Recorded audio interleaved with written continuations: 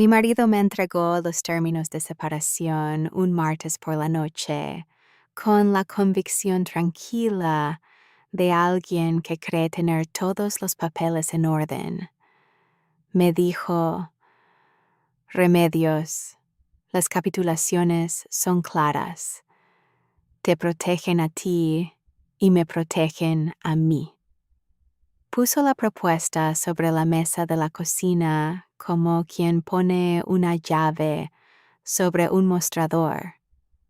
El gesto de quien ya terminó de pensar. $31,000, el auto y 90 días para desocupar el apartamento. Soy paralegal en derecho de familia desde hace 11 años.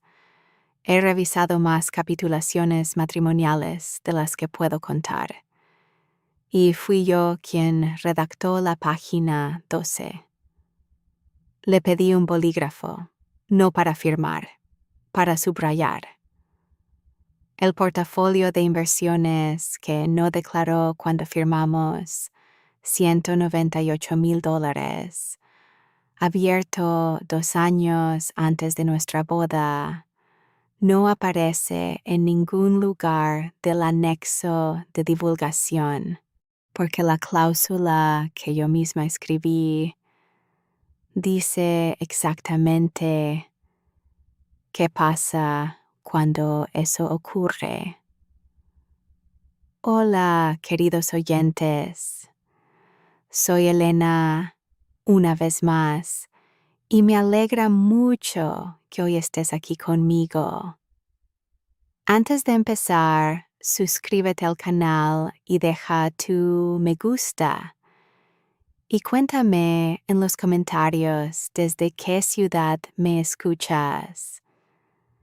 Me encanta ver hasta dónde llegan estas historias. La gente siempre cree que los contratos son iguales para quien los firma y para quien los redacta, que una firma es una firma. Yo aprendí en 11 años de trabajo que una firma es solo la última línea de un documento y que todo lo que verdaderamente importa vive en las líneas anteriores, las que nadie leyó con cuidado.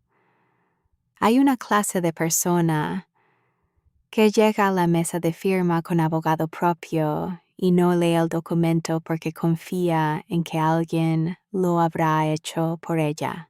Hay otra clase de persona que redacta el documento desde adentro, con la misma precisión con la que un cirujano elige el ángulo del corte. Yo pertenezco a la segunda clase. Durante 11 años, sentada frente a expedientes de divorcio que llegaban como cajas de derrumbe, llenas de papeles, de cuentas ocultas, de bienes declarados a medias, aprendí una cosa sobre los contratos que la mayoría de la gente aprende demasiado tarde. Las cláusulas no mienten, solo esperan. Esta es la historia de la cláusula que esperó 4 años para ser necesaria y de la única persona en la sala que sabía que estaba ahí. Trabajo en el 8º piso de un edificio de vidrio que mira al Parque La Carolina. Cuando el cielo está despejado, que en Quito sucede con una frecuencia que desconcierta a los visitantes.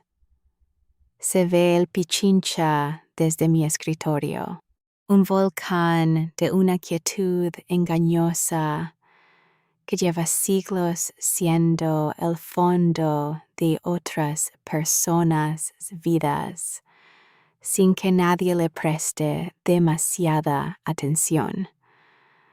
Lo entiendo bien. Tengo 44 años. Llevo 11 trabajando en Durán y Asociados como paralegal especializada en acuerdos matrimoniales y rastreo de activos. Y soy el tipo de persona que la gente describe como eficiente, sin decir que es brillante, porque la eficiencia no asusta. Tengo un diploma en administración legal. Tengo algo más difícil de certificar. 11 años de leer documentos que la gente firmó sin entender, de identificar el punto exacto donde un bien declarado a medias deja de ser error y pasa a ser estrategia. Ignacio era corredor de seguros comerciales.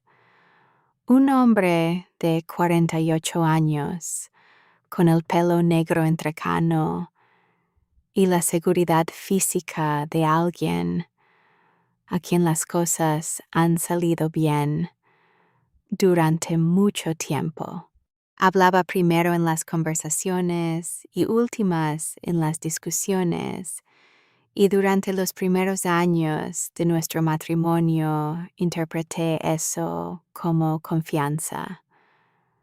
Más tarde entendí que era simplemente costumbre. Cuando le propuse incluir una cláusula de divulgación extendida en nuestras capitulaciones matrimoniales, esto fue en enero de 2013, 2 meses antes de la boda, me dijo: «Tú sabes más de esto que yo, ponlo como quieras». Le tomé la palabra. Pasé 2 semanas redactando la cláusula con el mismo cuidado con el que había visto fracasar acuerdos similares en 7 expedientes distintos. La firmamos en la Notaría 15ª de Quito el 8 de marzo de ese año. Él firmó el documento entero sin pedirme que le explicara la página 12. Yo no se la expliqué. Vivíamos en un apartamento de techos altos a 3 cuadras al sur del edificio donde trabajo, en el barrio González Suárez. Había una jardinera que venía los jueves y dejaba el olor de sus rosas suspendido en el balcón hasta el sábado. Esa era la textura de nuestra vida juntos, ordenada, fragante en los márgenes, competente. Yo llevaba el pañuelo dorado que me dio mi madre al graduarme, un brazalete delgado de cadena fina, y Ignacio decía que era lo único que yo no cambiaba de una temporada a otra. No le di importancia a ese comentario hasta después. En el trabajo, mis colegas me dejaban los expedientes más difíciles, los que tenían activos en el extranjero, los que mezclaban bienes personales con herencias, los que alguien había estructurado deliberadamente para confundir. Sofía Torres, que lleva 4 años en el despacho y tiene un ojo clínico para las irregularidades contables, me dijo una vez que yo leía los documentos como si supiera de antemano dónde estaba el error. Le dije que no era anticipación, era patrón. 4 años después, el patrón apareció en mi propio expediente. El primer indicio fue la agenda. No fue un hecho dramático, fue un gesto pequeño, repetido, que no tiene nombre en ningún idioma hasta que alguien lo interpreta en retrospectiva. Ignacio empezó a guardar el teléfono en el bolsillo interior del saco incluso cuando estábamos en casa. En la cena, en el sofá, durante las mañanas de domingo, cuando antes lo dejaba sobre la mesa sin pensarlo. Cuando lo señalé una primera vez, en febrero, después de que sonó y él giró media vuelta para responder, me dijo que esperaba una llamada importante de un cliente corporativo que tomaba las decisiones a horas extrañas. Lo acepté. ¿Conoces ese instinto de no reaccionar hasta que tienes suficiente información para entender lo que estás viendo? Soy una persona que no persigue lo que no entiende todavía. Prefiero esperar a tener más datos. En mayo, el teléfono seguía en el bolsillo. La llamada del cliente corporativo aparentemente no había terminado de concretarse. No lo interrogué. Registré el detalle de la misma forma en que registro un error en un estado de bienes, sin reacción visible, pero con la anotación hecha. El segundo indicio llegó de otra forma, no del comportamiento de Ignacio, sino de un papel. Un lunes por la mañana, revisé el calendario compartido para coordinar una cena con unos amigos en común y encontré una entrada para el sábado siguiente. Revisión de póliza externo de las 3 a las 6 de la tarde. Sin dirección. Ignacio no trabaja los sábados. En 14 meses que llevábamos usando ese calendario, no había registrado ni una sola reunión en fin de semana. Me quedé mirando la entrada el tiempo suficiente para asegurarme de que lo había leído bien. Luego cerré la laptop. Esa tarde, en el despacho, le pregunté a Sofía Torres, sin contexto, como una consulta técnica cualquiera, si la cláusula de no divulgación incluida en unas capitulaciones firmadas en 2013 seguía siendo ejecutable bajo las reformas del Código Civil posteriores a esa fecha. Sofía revisó la referencia normativa y me confirmó que sí, sin preguntar por qué preguntaba. Le di las gracias. Volví a mi escritorio. Miré el volcán por la ventana, quieto como siempre, y pensé en la cláusula de la página 12.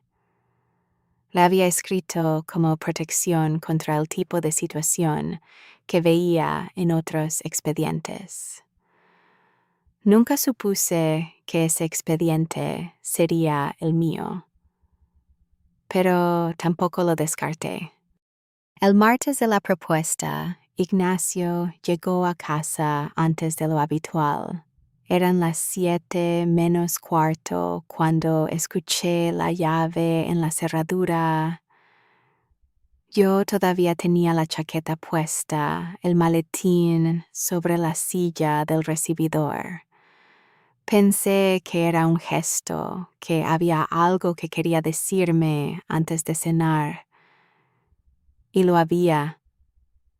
Me pidió que me sentara en la cocina, puso sobre la mesa una carpeta azul delgada, no las capitulaciones, sino su propia versión, una propuesta de términos de separación que alguien había redactado con cuidado suficiente para parecer razonable a primera vista.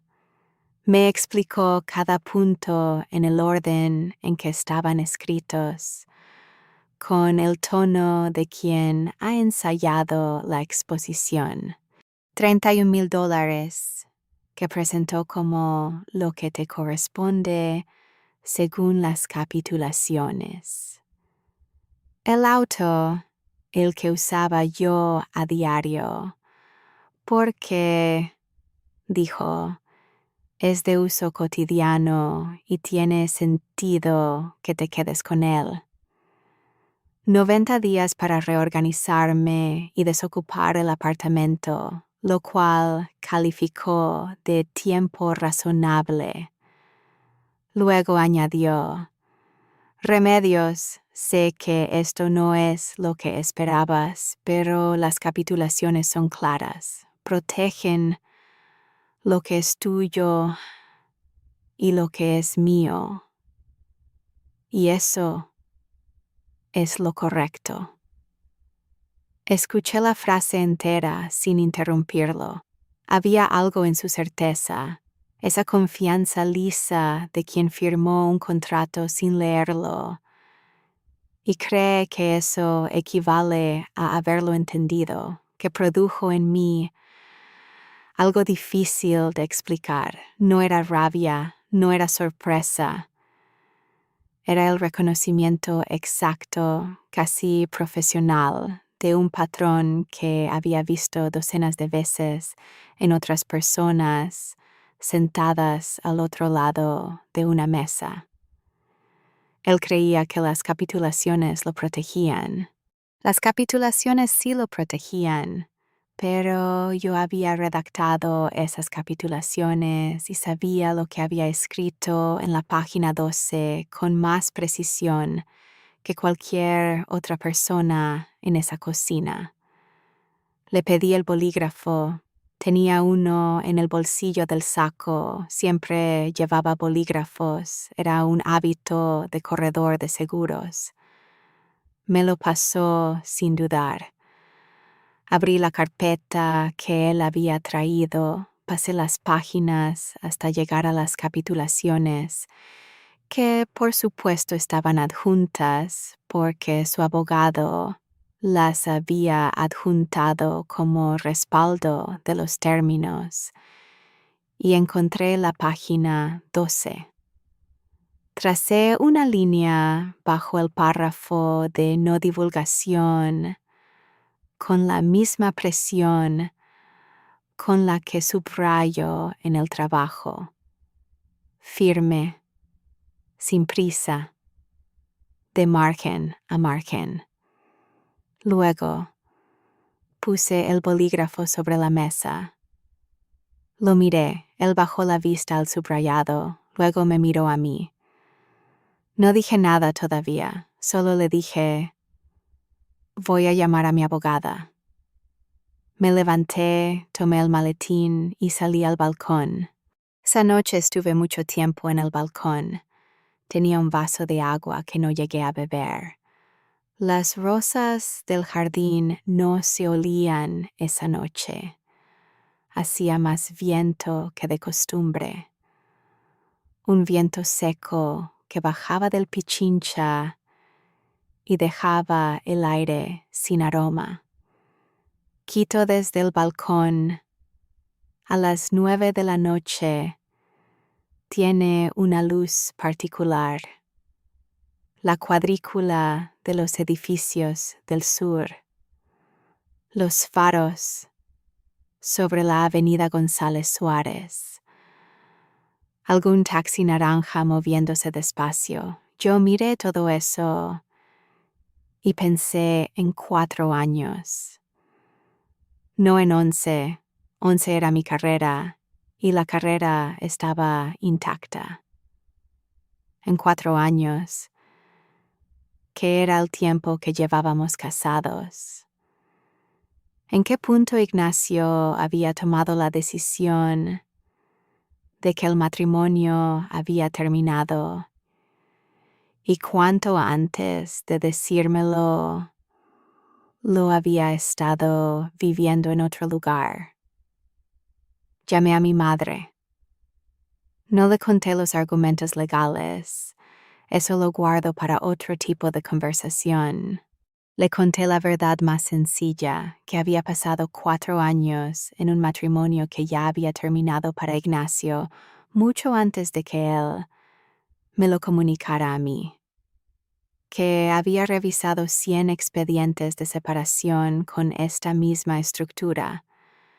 El cónyuge que cree tener los papeles listos. El acuerdo presentado como protección. La otra persona que simplemente acepta y que de alguna forma no había visto que el mío se estaba armando al otro lado de la ciudad. ¿Sabes lo que cuesta reconocer que estabas mirando hacia afuera mientras algo se deshacía dentro de casa? Eso no es algo que se nombra fácilmente. Mi madre escuchó sin interrumpir, con esa paciencia que tiene desde siempre. Al final me preguntó, ¿y la página 12? Le dije que estaba intacta. Me dijo, entonces ya tienes lo que necesitas. No dijo nada más sobre el tema. Hablamos otros 20 minutos de cosas sin importancia. El tiempo en Guayaquil, un primo que se había mudado y cuando colgamos me sentí lo suficientemente ordenada para entrar. Lo que Ignacio no sabía, y esto es lo que me importa que quede claro, no era solo la cláusula. Era que yo, a diferencia del 90% de los signatarios que pasan por esa notaría, sabía exactamente qué había en el contrato que ambos habíamos firmado. Él había llegado a esa cocina convencido de que las capitulaciones eran su escudo. Tenía razón en algo. Las capitulaciones sí son un escudo. Solo que yo las había diseñado y él nunca había leído los planos.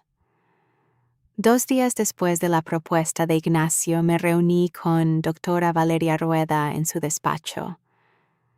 Valeria lleva 20 años litigando casos de derecho de familia, tiene el pelo muy corto, una forma de escuchar que no pierde detalle aunque parezca que mira hacia la ventana.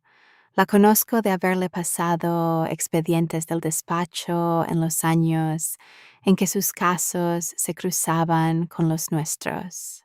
Le expliqué la situación en el orden que más le ayudaría a entenderla, la propuesta de Ignacio, el importe, la base legal que él citaba, y luego abrí las capitulaciones en la página 12. Le leí la cláusula entera.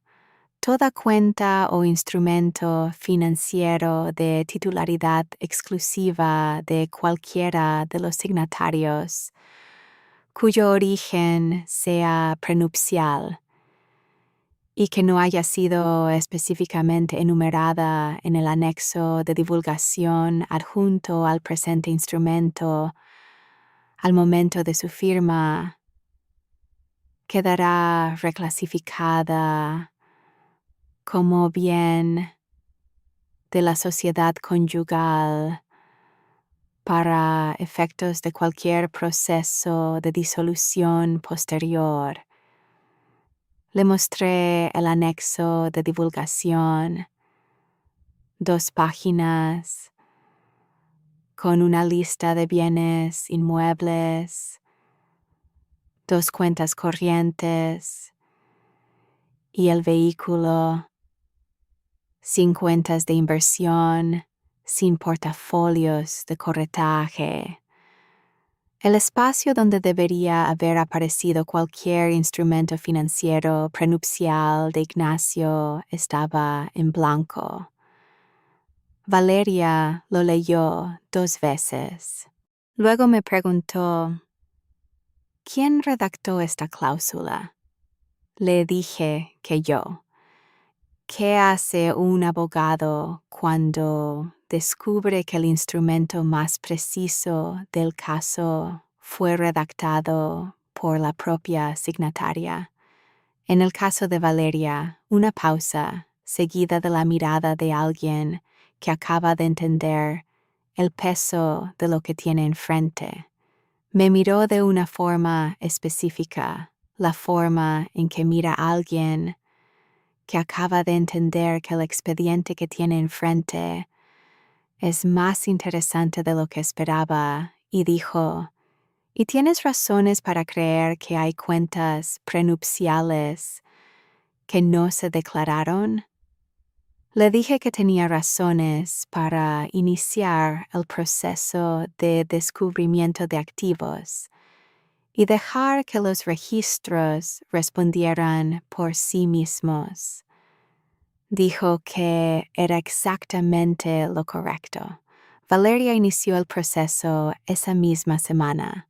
La solicitud de descubrimiento de activos fue remitida al Servicio de Rentas Internas y al registro de la Superintendencia de Bancos. 4 días después, el portafolio de corretaje de Ignacio apareció en sus registros tributarios, abierto en noviembre de 2011, 2 años antes de nuestra boda, con un historial de aportes regulares y un valor actual de $198,000. No aparecía en el anexo de divulgación de las capitulaciones. No había ninguna razón técnica por la que no debiera haber aparecido. No era un instrumento oscuro ni de difícil declaración. Era una cuenta de inversión estándar en una correduría local. Simplemente no estaba en la lista. Valeria marcó en rojo la fecha de apertura de la cuenta. Marcó en azul el valor actual y puso los 2 documentos uno al lado del otro sobre su escritorio. Los miré.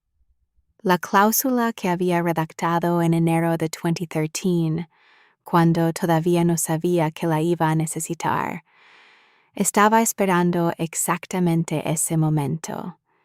Eso, queridos oyentes, es lo que pasa cuando redactas los contratos con cuidado.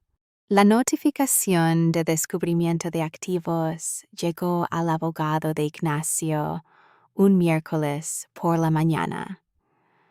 Valeria me lo comunicó esa misma tarde, con la brevedad que usa cuando las cosas van según lo previsto. Recibido. Acuse de recibo en 30 minutos. Eso significaba que el abogado de Ignacio había abierto el sobre, había leído el alcance de la solicitud y había registrado que el proceso era formal y legalmente vinculante. En este punto del procedimiento, la persona que está del otro lado tiene 2 opciones: colabora completamente o empieza a buscar argumentos para cuestionar la validez del instrumento que la solicitud invoca. Que el abogado de Ignacio eligiera la segunda opción era predecible. Que la eligiera tan rápido me dijo algo sobre el nivel de alarma que la notificación había generado. Esa tarde, Ignacio me llamó por teléfono. Era la primera vez que hablábamos desde el martes de la propuesta, 3 semanas de silencio, durante las cuales yo había seguido yendo al trabajo, revisando expedientes, coordinando las diligencias con Valeria y durmiendo en el cuarto de huéspedes con la misma rutina de siempre.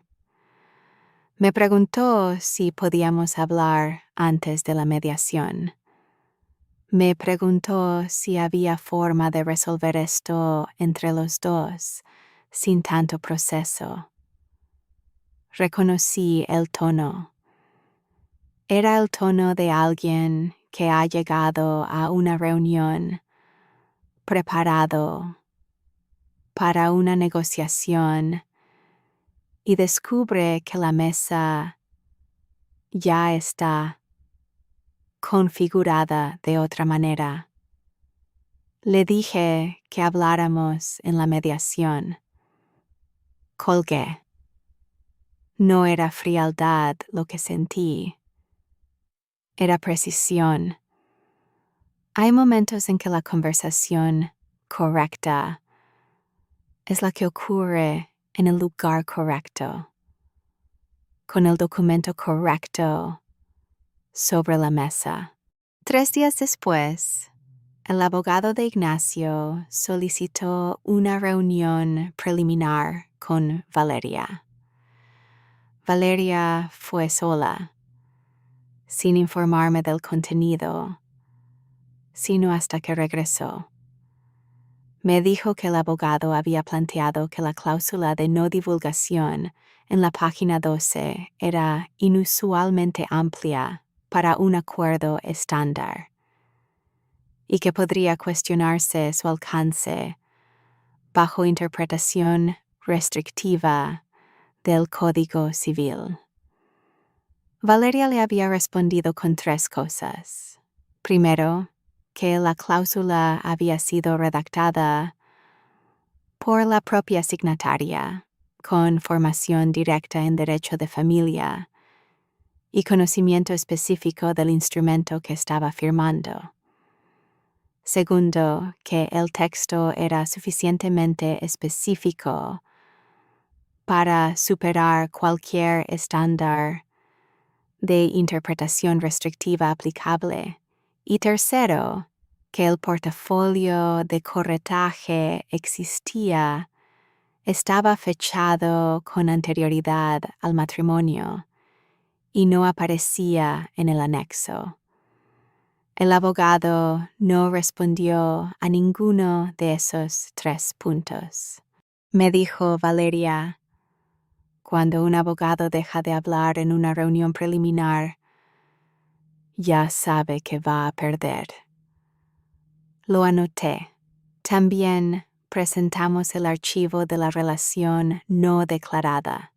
Esto requiere una explicación breve sobre cómo se construye un archivo de esa naturaleza cuando la persona que lo construye sabe exactamente qué tipo de documentación tiene peso legal y cuál es simplemente ruido.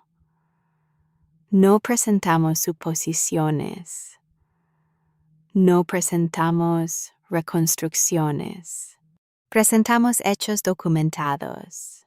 6 meses de recibos de hotel en establecimientos que aparecían como gastos de entretenimiento en los estados de cuenta de las tarjetas que Ignacio declaraba como viajes de trabajo.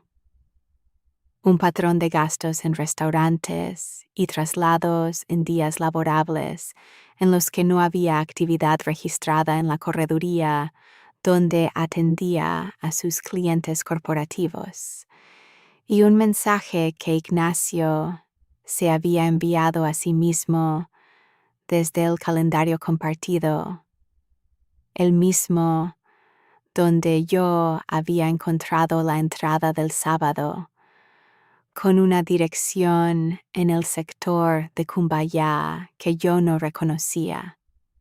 Esa dirección correspondía a un apartamento de arriendo cuyo titular Era una persona que no tenía ninguna relación comercial documentada con ninguna empresa que Ignacio representara. El abogado de Ignacio recibió esa carpeta en silencio. No hizo preguntas. Cuando alguien no hace preguntas ante un documento de esa clase, generalmente significa que las respuestas no le van a servir de nada. Los días siguientes al intercambio de documentación tuvieron una textura particular. Seguí yendo al trabajo, seguí sentada en el 8º piso con el pichincha en el fondo de la ventana. Sofía Torres me preguntó una mañana, con el cuidado que tiene para no hacer preguntas directas, si todo estaba bien. Le dije que sí. Era verdad. No en el sentido de que todo estuviera bien en términos de lo que estaba atravesando, sino en el sentido de que el proceso avanzaba exactamente como debía avanzar, con cada pieza en el lugar que le correspondía. Eso es lo que 11 años leyendo expedientes de divorcio le hace a una persona. Le enseña a distinguir entre el desorden emocional y el desorden legal. El primero es inevitable. El segundo es lo que realmente determina el resultado.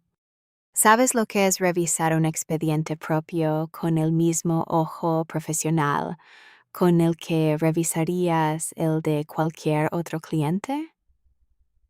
Es una experiencia extraña. ¿Has visto alguna vez cómo alguien construye, sin saberlo, exactamente las protecciones que va a necesitar? Eso es lo que yo estaba haciendo. No dolorosa en el sentido agudo, más bien como leer el capítulo final de un libro que empezaste a escribir mucho tiempo antes, sin saber que lo estabas escribiendo. En algún punto durante esas semanas, en alguna tarde de trabajo en el 8º piso, me di cuenta de que llevaba 4 años construyendo, sin saberlo, exactamente los documentos que necesitaría para este momento. No la relación no declarada, eso no lo busqué ni lo provoqué, pero las capitulaciones, la página 12, la cláusula que redacté basándome en 7 expedientes de divorcios mal resueltos, porque me parecía la forma correcta de proteger a cualquier persona que firmara ese tipo de acuerdo, incluida yo misma. Valeria me convocó una semana antes de la mediación para revisar la secuencia exacta de la sesión. Tiene una forma de preparar las audiencias que es casi musical. Cada documento en un orden específico. Cada argumento introducido en el momento en que produce el mayor efecto. Me explicó que íbamos a abrir con los términos de la propuesta original de Ignacio, los $31,000 para establecer la referencia. Luego presentaríamos el portafolio de corretaje y la fecha de apertura. Luego la página 12 de las capitulaciones.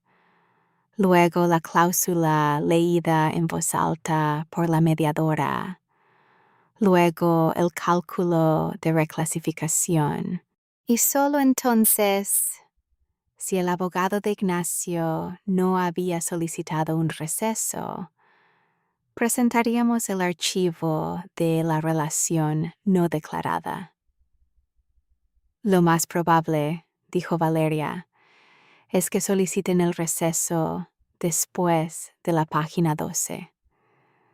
Lo que viene después es solo confirmación de lo que ya van a haber aceptado internamente. ¿Cómo puedes estar tan segura?, le pregunté. Sonrió de una manera que tiene muy poco de sorpresa. Porque ya lo he visto 29 veces. Cuando el número del portafolio es real y la cláusula es válida, el abogado cierra la carpeta. ¿Cuántas veces habías escuchado eso antes?, le pregunté. Dijo, 29. Durante esa semana recibí también una llamada del hermano de Ignacio. Se llama Damián. Lo conozco desde que empezamos a salir, es 3 años menor que Ignacio y tiene esa forma amistosa de hablar que usan los hombres que no quieren aparecer como aliados de ninguna de las dos partes, pero que en realidad ya eligieron. Me dijo que esperaba que pudiéramos resolverlo sin que nadie saliera lastimado. Le dije que eso dependía de si la información en los registros era exacta. Hubo una pausa. Me preguntó si había habido un error. Le dije que las cláusulas no tienen errores. Tienen precisión o no tienen precisión. Y la de la página 12 tenía mucha. Damián no volvió a llamar. No le guardé rencor. Cada persona hace lo que puede con la información que tiene. Valeria también me informó que el abogado de Ignacio había intentado, en los últimos días antes de la mediación, presentar un argumento basado en la antigüedad del portafolio, que la cuenta había permanecido sin movimientos significativos durante el matrimonio y que por tanto debería considerarse inactiva a efectos de la sociedad conyugal. Valeria le respondió por escrito, con 4 párrafos, que la cláusula de la página 12 no establecía ninguna distinción basada en el nivel de actividad de la cuenta.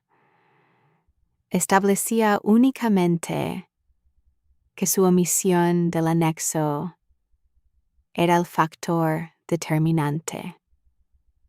El portafolio estaba omitido. La cláusula era clara. El valor actual, al día de la disolución, era de $198,000. No hubo respuesta escrita al 4º párrafo. Hay una etapa en un proceso de mediación que no aparece en ningún manual, pero que cualquier persona que ha estado suficiente tiempo en este campo reconoce. El período de calma técnica que precede a la sesión. Todo lo que podía hacerse ya se hizo. Todos los documentos están en manos de quien deben estar. Todos los argumentos han sido intercambiados de forma preliminar.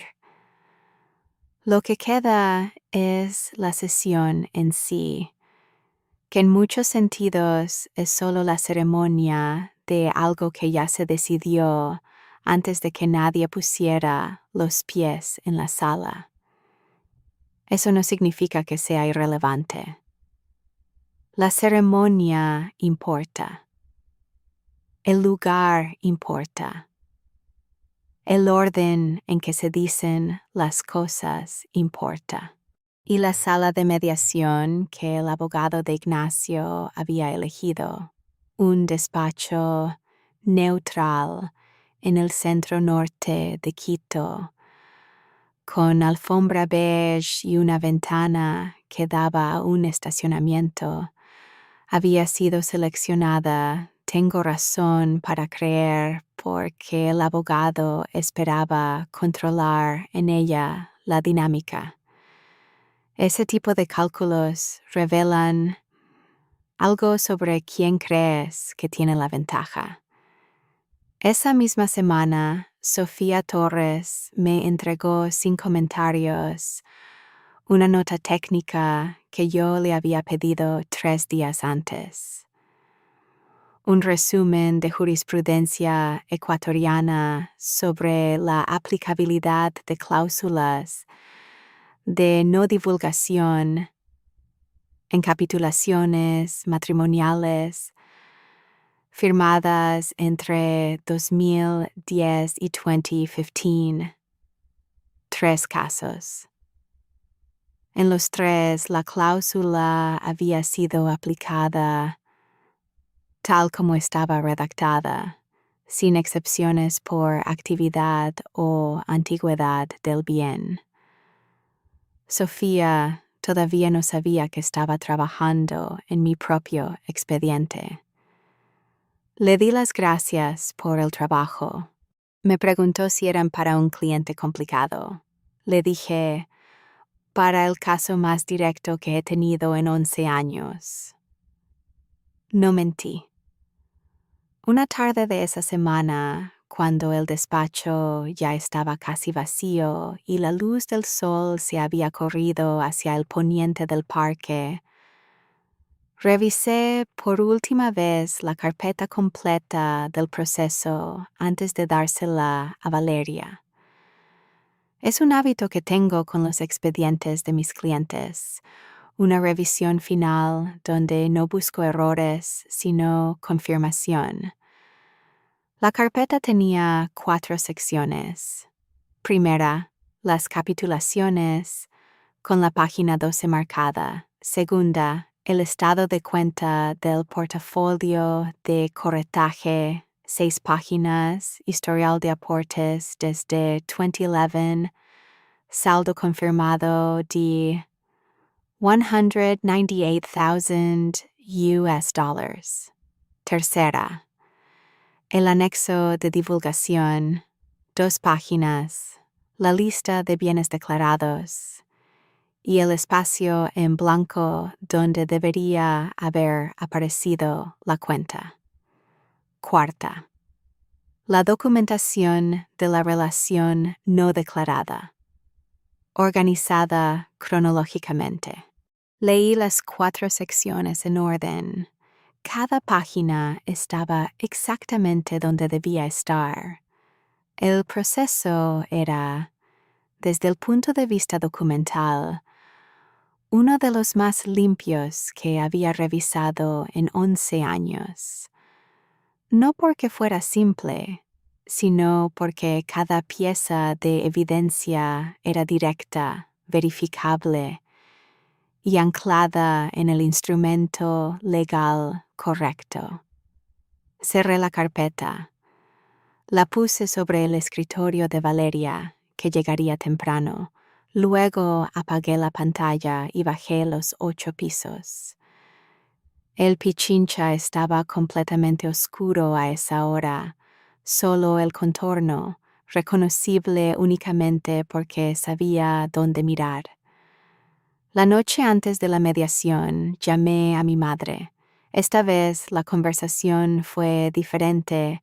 Ya no se trataba de procesar lo que había pasado, sino de prepararme para lo que vendría. Mi madre es de una generación que no habla de dinero en términos abstractos, pero entiende perfectamente el valor de tener los documentos correctos. Me preguntó si estaba lista. Le dije que llevaba 4 años preparada sin saberlo. Se rió, una risa breve, de reconocimiento. Luego me preguntó si iba a llevar el brazalete. Le dije que sí, como siempre. Me dijo, bien, es tuyo. Dormí 4 horas. Eso también lo he hecho antes de diligencias importantes en el trabajo. La mente no necesita más cuando sabe exactamente lo que tiene que hacer. La mañana de la mediación, llegué al despacho de Valeria a las 9:30 para la revisión final de los documentos. El portafolio de las capitulaciones, 14 páginas, cubierta azul pálida, exactamente como el día en que lo archivé en el despacho 11 años atrás.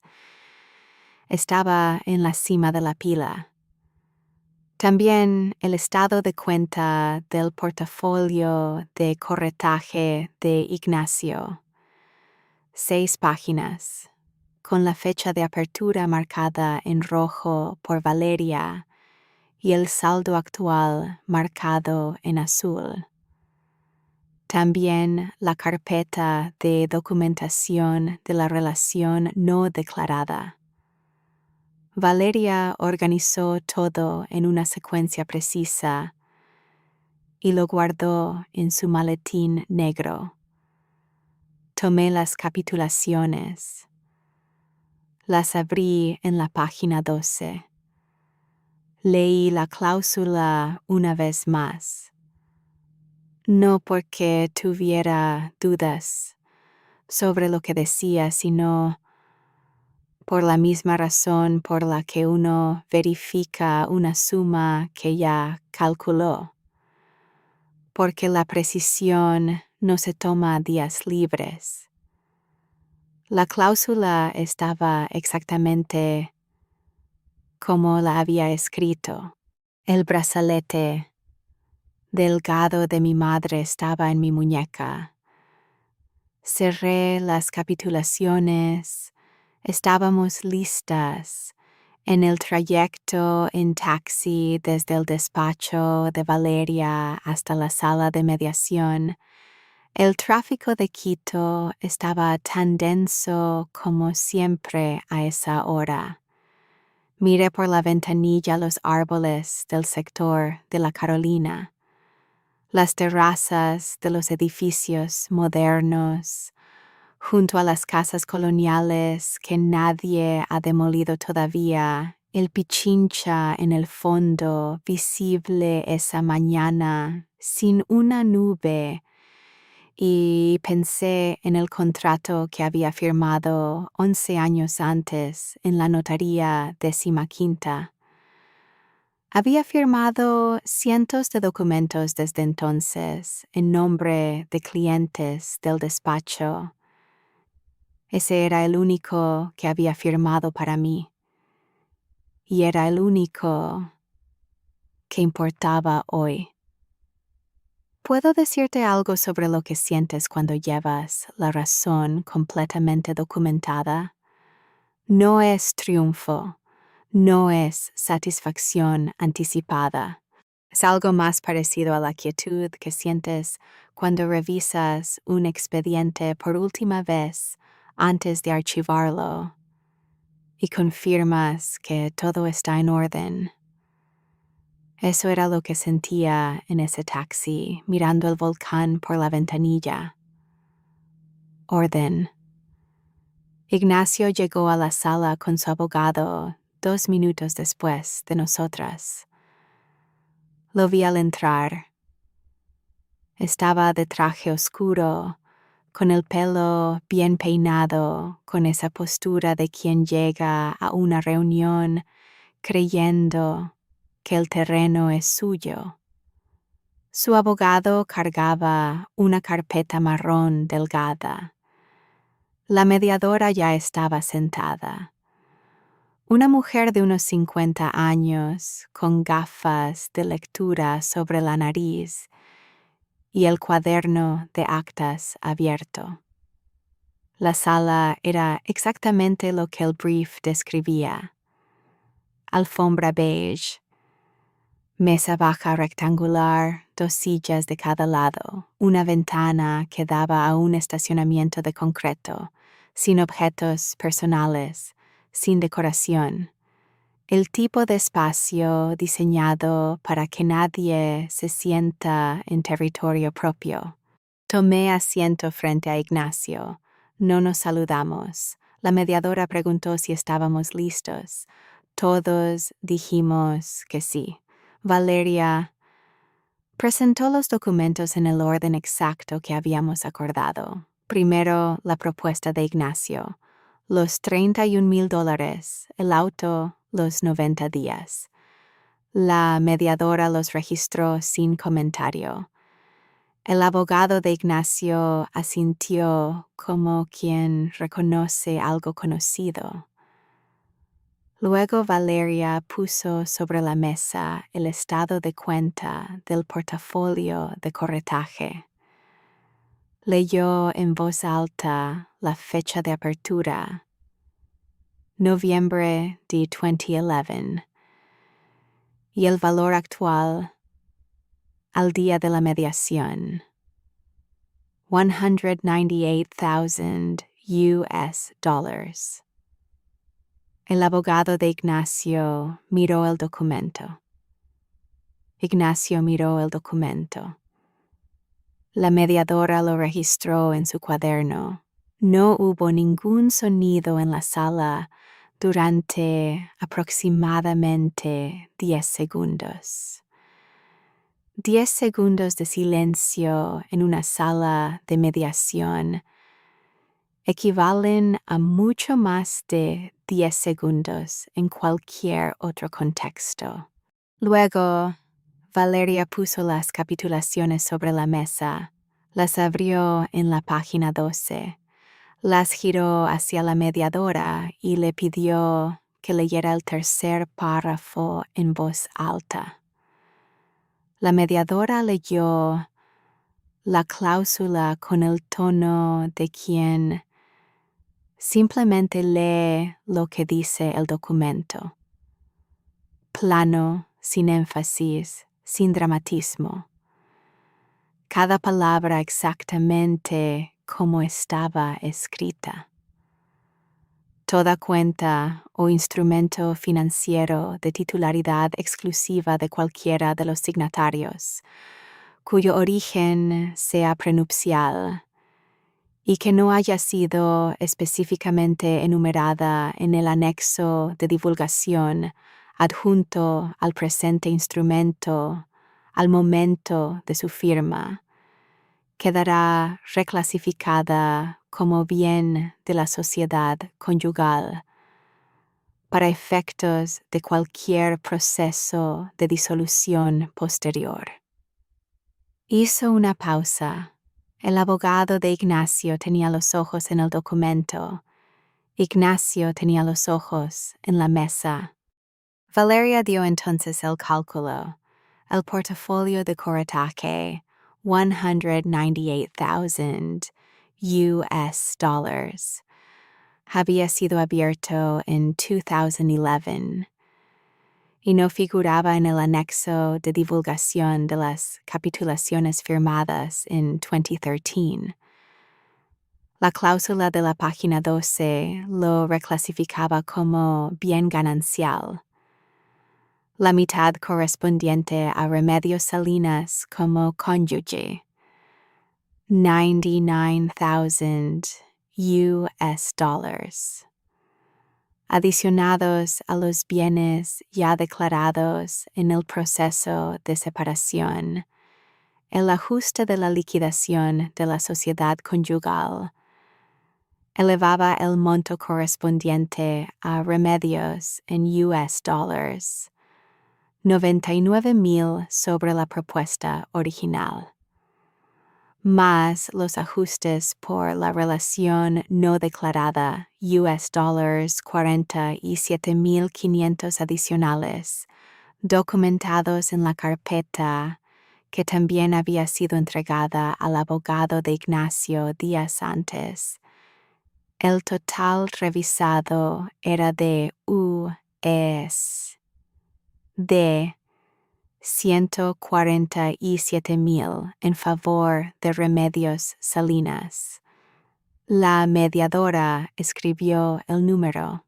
Lo escribió despacio, con la precisión de quien sabe que ese número va a ser la parte más importante del acta.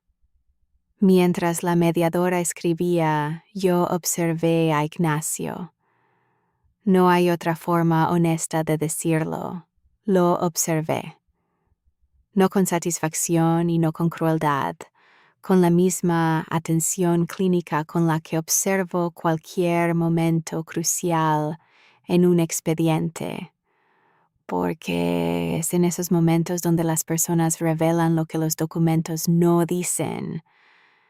Ignacio estaba mirando la mesa, el punto exacto donde la superficie de madera oscura se encontraba con el borde de las capitulaciones abiertas. No me miró. No miró a su abogado. Miró la mesa con la expresión de alguien que acaba de comprender que el documento que tiene enfrente no dice lo que él creyó que decía durante 11 años. Había firmado esas capitulaciones en la notaría 15ª, sin leer la página 12, porque confió en que el acuerdo estaba estructurado a su favor. Tenía razón. Estaba estructurado a favor de quien lo había redactado. El abogado de Ignacio cerró su carpeta. No dijo nada. Fue un gesto pequeño, preciso, el cierre de una carpeta marrón sobre una mesa beige en una sala sin ventanas propias. Pero en un proceso legal, cerrar la carpeta antes de que el otro abogado haya terminado de hablar tiene un significado específico. Significa que los argumentos se acabaron. La mediadora les preguntó a ambas partes si alguna solicitaba un receso antes de continuar. El abogado de Ignacio dijo que sí. Fue el único momento en que habló con iniciativa propia. Salieron de la sala. Valeria me miró, no dijo nada, no había nada que decir. Esperamos 22 minutos. El reloj en la pared de la sala de mediación era digital y silencioso, sin el tic que haría llevadera o insoportable la espera. Simplemente contaba los minutos. Valeria revisó sus notas. Yo tuve las capitulaciones frente a mí, abiertas en la página 12, y las miré sin leerlas. El brazalete de mi madre estaba en la muñeca, el mismo que siempre, y la luz de la sala lo hacía brillar con una calidez levemente fuera de lugar en ese entorno de alfombra beige y paredes blancas. Pensé en la tarde de enero de 2013 en que redacté esa cláusula. Estaba en mi escritorio del despacho con 2 expedientes de divorcios mal resueltos abiertos como referencia, y escribí la cláusula con la misma metodología con la que escribo cualquier otro instrumento, con precisión, con especificidad y con la certeza de que si alguna vez hacía falta, haría exactamente lo que decía. Ignacio y su abogado regresaron exactamente a los 22 minutos. El abogado se sentó primero. Ignacio se sentó después. Ninguno de los dos me miró al entrar. El abogado dijo, con el tono uniforme de quien comunica una decisión ya adoptada, que su cliente aceptaba los términos revisados tal como habían sido presentados por la representación de Remedios Salinas. La mediadora lo registró. Valeria lo registró. Yo no hablé. Desde el momento en que puse las capitulaciones sobre la mesa hasta ese instante, no había dicho una sola palabra. El acuerdo se firmó ese mismo día, en la misma mesa, con la misma mediadora como testigo. Los términos que Ignacio había presentado como definitivos 3 semanas antes, $31,000, suficientes, según él, según las capitulaciones, habían sido reemplazados por un total revisado de $147,000. El documento de aceptación tenía 4 páginas. Ignacio lo firmó en todos los puntos indicados por su abogado, sin leer ninguna. Ese detalle no me pasó inadvertido. No lo mencioné. Algunos detalles se registran y no se nombran. Cuando la mediadora retiró los documentos para completar el acta, Ignacio y yo nos quedamos sentados en la misma sala por primera vez sin el procedimiento como estructura. Su abogado había salido a hacer una llamada. Valeria revisaba su cuaderno. Ignacio me miró por primera vez en toda la sesión. No un vistazo, sino una mirada sostenida de varios segundos. No puedo decirte con exactitud lo que buscaba en esa mirada. Tal vez quería entender cuándo había pasado lo que había pasado. Tal vez quería que yo le dijera algo que no tendría sentido decir. Sostuve la mirada sin moverme. Luego él apartó los ojos. Fue el primero. Yo recogí las capitulaciones de la mesa, la cubierta azul pálida, las 14 páginas, la firma de ambos en el folio final, y las volví a poner en mi maletín. Estarían de vuelta en el archivador del despacho antes de que terminara el día, en orden, donde siempre. La confianza de Ignacio en esa sala se había ido de la misma forma en que se va el agua de un vaso cuando alguien lo inclina despacio, sin un momento dramático exacto, sin un punto de quiebre visible, simplemente hasta que la inclinación fue suficiente y el vaso quedó vacío. No disfruté eso. No hay nada que disfrutar en el final de 4 años. Pero tampoco lo lamenté.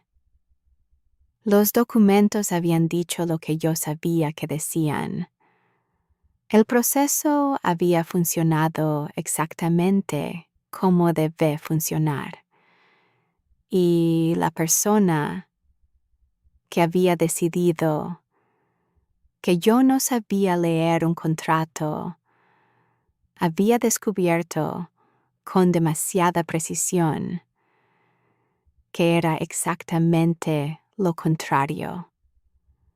Después de la sesión de mediación, Valeria y yo caminamos juntas hasta la avenida principal para tomar taxis separados. Quito a mediodía tiene esa luminosidad particular de las ciudades de altura. La luz llega de frente, sin ángulo, sin la atenuación del horizonte bajo. Caminamos media cuadra sin hablar. Luego Valeria me dijo, ¿Cuándo escribiste la cláusula de la página 12? Le dije, enero de 2013. Me dijo, ¿y ya sabías que la ibas a necesitar? Le dije que no, que la había escrito porque era la cláusula correcta para ese tipo de acuerdo y que eso era suficiente razón. Valeria asintió. Luego dijo, en 20 años de carrera, he visto esa cláusula en 3 contratos. Los otros 2 fueron redactados por abogados de 20 años de experiencia. Le dije que 11 años a veces equivalen a 20 si los 11 son los correctos. Nos despedimos en la esquina. Su taxi llegó primero. Esa tarde volví al despacho. Eran las 2:30. Todavía quedaba media jornada laboral. Subí al 8º piso, colgué la chaqueta, encendí la pantalla y retomé el expediente que había dejado a medias esa mañana, un caso de liquidación de sociedad conyugal, con activos en 2 países, un tipo de expediente técnicamente complejo que requiere comparar legislaciones. Lo retomé desde donde lo había dejado, en la misma página, con el mismo bolígrafo. Sofía Torres me trajo un café a los 20 minutos, sin decir nada. Lo puse junto al teclado y seguí trabajando. El volcán Pichincha estaba tapado por nubes a esa hora. Eso también pasa, la mayoría de las mañanas está visible, pero hay tardes en que desaparece completamente detrás de un banco de nubes y uno sabe que sigue ahí sin necesidad de verlo. Hubo una cosa más que ocurrió en las semanas posteriores a la mediación, y la cuento porque es parte del expediente completo.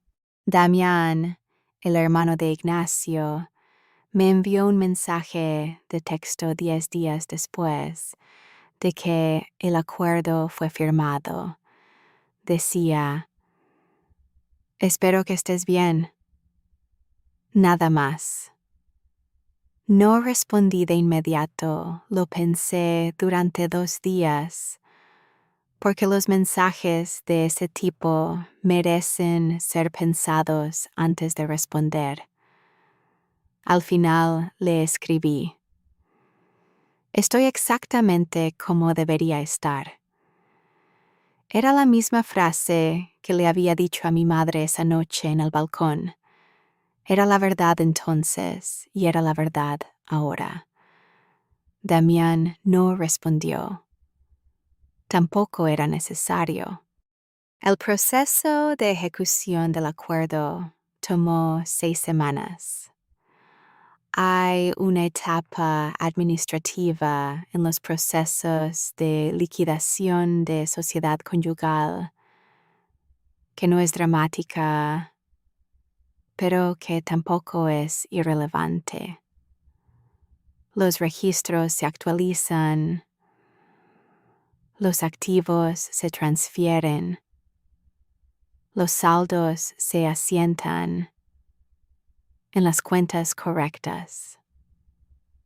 Valeria gestionó cada paso con la eficiencia que la caracteriza.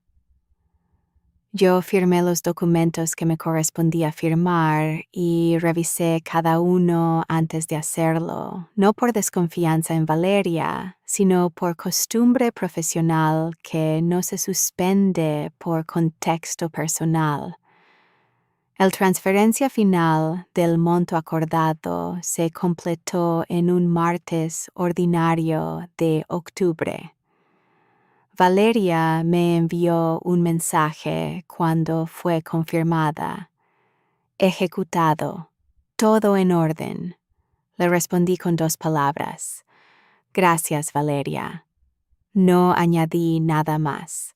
Había dicho todo lo que había que decir durante el proceso. Durante esas semanas de ejecución, también dediqué tiempo a algo que había pospuesto. Revisar mis propios documentos financieros con el mismo ojo con el que reviso los ajenos. No porque esperara encontrar ningún problema, sino porque es lo que hace alguien que trabaja en este campo cuando su propia situación patrimonial cambia de forma significativa. Consulté a un asesor financiero, reorganicé la distribución de mis cuentas, abrí un instrumento de inversión propio con mi nombre en mi propia correduría, correctamente declarado, y lo documenté con la misma precisión con la que documentaría cualquier bien en un anexo de divulgación. Si alguna vez tenía que abrir otro expediente como el que acababa de cerrar, este instrumento estaría exactamente donde debía estar, no como previsión pesimista, como hábito profesional. En el despacho, las cosas siguieron su curso habitual. Durán and Asociados tiene una cadencia de trabajo que no se detiene por las vidas personales de sus empleados, en parte porque todos entienden que las vidas personales son exactamente la materia prima de lo que hacemos. El socio Durán me preguntó, una mañana de octubre, si había resuelto el asunto personal del que Sofía le había insinuado algo.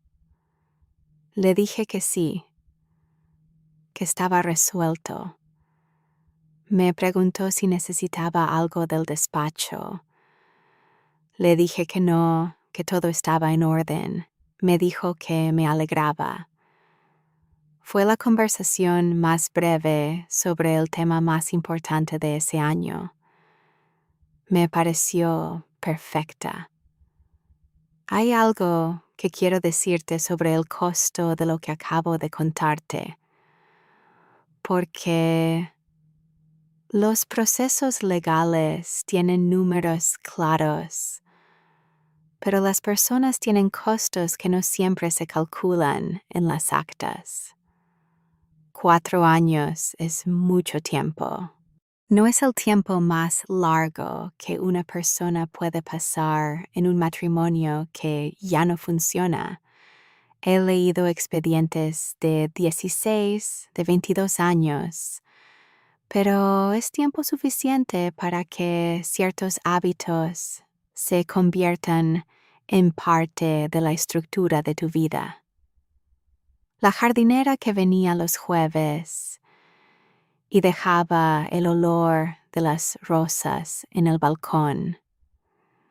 La vista del Pichincha desde la ventana de un apartamento de techos altos.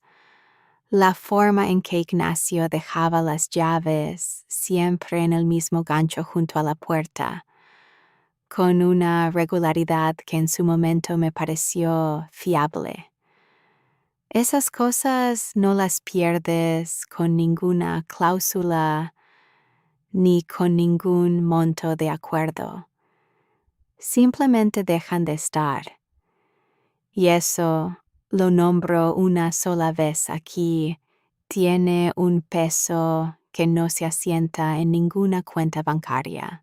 3 meses después de la mediación, el proceso está cerrado.